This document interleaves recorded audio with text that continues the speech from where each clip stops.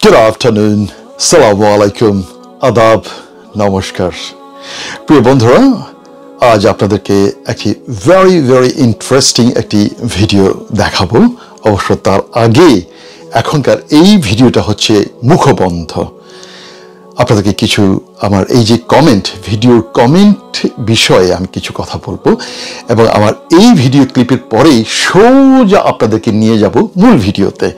প্রিয় বন্ধুরা, একটি বিষয় আপনাদেরকে আজ বলতে হয় যে ইউটিউব যারা ব্যবহার করেন, ইউটিউবে কমেন্ট সেটিংস বলতে একটি বিষয় আছে। অর্থাৎ একজন ক্রিয়েটর বা ইউটিউব চ্যানেল মালিক তিনি ইচ্ছে করলে কি ধরনের কমেন্ট তিনি তার ভিডিওতে চান এবং কি ধরনের কমেন্টগুলো তিনি বয়কট করেন বা কোন ধরনের কমেন্টগুলোকে সামনে আনা উচিত নয়, সেগুলো একজন ক্রিয়েটর তিনি একটা সেটিংস দিতে পারেন। সেটিংস এই চ্যানেল সেটিংসে দিয়ে তারপর তিনি তার প্রোগ্রাম চালাতে পারেন, চ্যানেল চালাতে পারেন। ঠিক সেই রকম সেটিংস আমার চ্যানেলেও আছে। যে কোনো খারাপ শব্দ, এমনকি তুই, এই শব্দটাও আমি আমার সেটিংসে দিয়ে রেখেছি। যারা ব্যবহার করবেন এটার সাথে সাথে সেই কমেন্টটি ডাস্টবিনে চলে যাবে।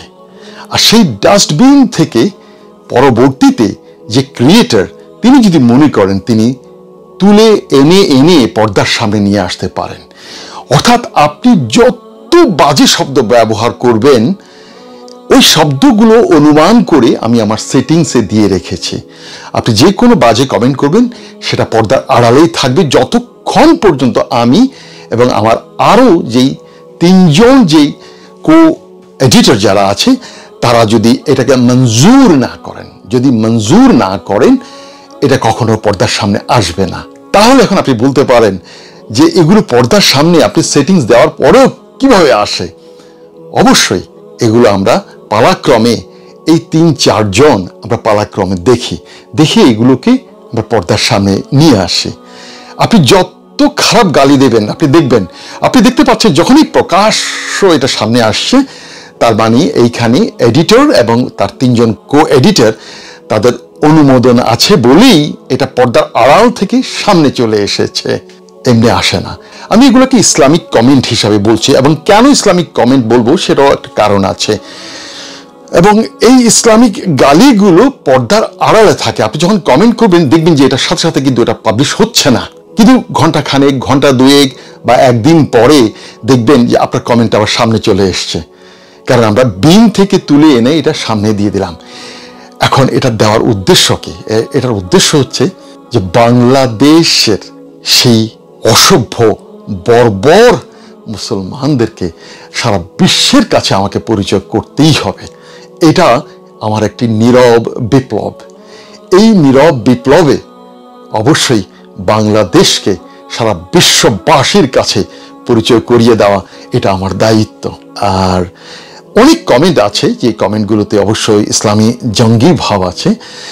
আর সেই কমেন্টগুলো, আরো কিছু খারাপ কমেন্ট আছে, এগুলোকে ইংরেজিতে অনুবাদ করার জন্য নিরলসভাবে 3টি দেশে 3 জন কো অ্যাডমিন তারা বসে আছে। তারা নিরলস তাদের পেশার পাশাপাশি এই কাজগুলো করে রাখছেন এবং it is an international project. এটা একটা আন্তর্জাতিক প্রজেক্টের কাজ। বাংলাদেশ কিভাবে ধীরে ধীরে বাংলা স্থান হতে যাচ্ছে এই জিনিসটি আন্তর্জাতিকভাবে এটা অবশ্যই you need evidence, you need solid information. আজ খুবই খারাপ লেগেছে প্রিয় বন্ধুরা। আজ আমি মাত্র 1 ঘন্টার কিছু কমেন্ট আমি আমার বিভিন্ন পোস্ট থেকে সংগ্রহ করেছি। সেই কমেন্টগুলো একটু দেখুন।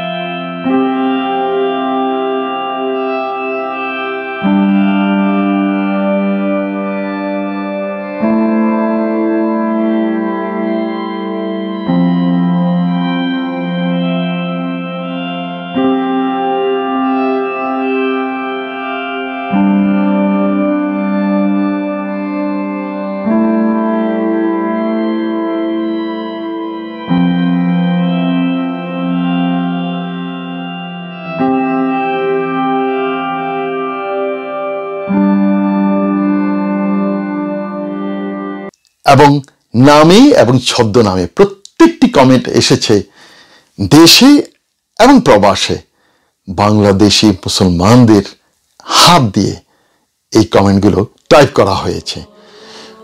আমি সবচেয়ে কষ্ট পেয়েছি আমার সদ্য জন্মগ্রহণ করা আমার নাতনি সিয়ানাকে নিয়ে একজন মুসলমান ছদ্মনামে খুব বাজে একটি কমেন্ট করেছেন। আর এই সেই মুসলমান, এদের কারণেই সারা বিশ্বের অমুসলিমরা মনে করে আমাদের প্যারে নবী আস্তাগফিরুল্লাহ নাউজুবিল্লাহ আস্তাগফিরুল্লাহ নাউজুবিল্লাহ, আমাদের প্যারে নবী একজন বিশ্ব যৌনবাজ ছিলেন।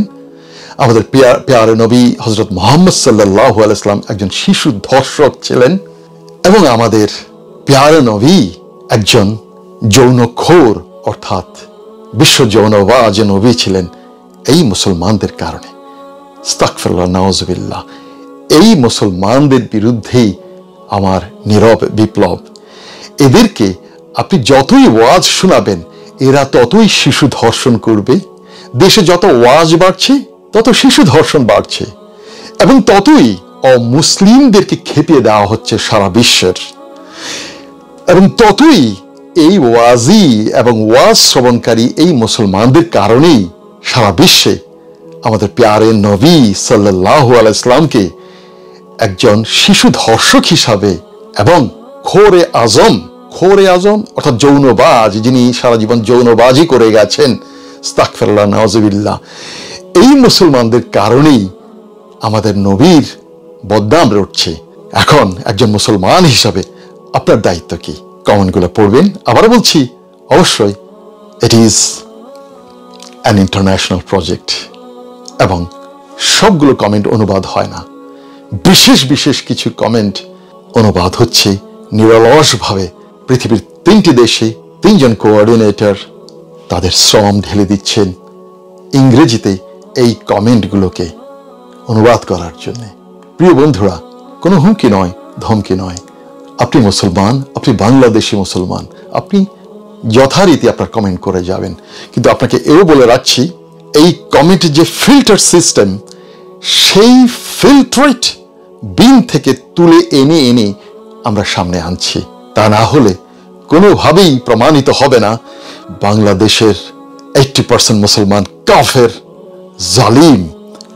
আর সেটাকে প্রমাণ করার জন্যই বনি আমিন চ্যানেল একটি নীরব বিপ্লব। চলুন মূল ভিডিওতে চলে যাই আমরা। আশা করি আপনাদের ভালো লাগবে। আপনি বাংলাদেশি মুসলমান এবং সেই 80%-এর মধ্যে যদি পড়ে থাকেন, আপনি যেভাবে কমেন্ট করছিলেন, আপনার ভাষা যেমন, সেভাবে আপনি কমেন্ট করে যাবেন, কোনো অসুবিধা নেই। আপনি এটা ভাববেন না আপনার গালি দেওয়া সেই কমেন্ট আমি বিন থেকে অর্থাৎ পর্দার আড়াল থেকে আমরা আনবো না, এটা ঠিক না। আমরা এনে দেব। পর্দার সামনে যখন দেখবেন আপনি বুঝতে পারবেন আমাদের approved, we have approved this comment and purposely, intentionally, for the sake of humanity. চলুন আমরা মূল ভিডিওতে এখন প্রবেশ করি। Thank you.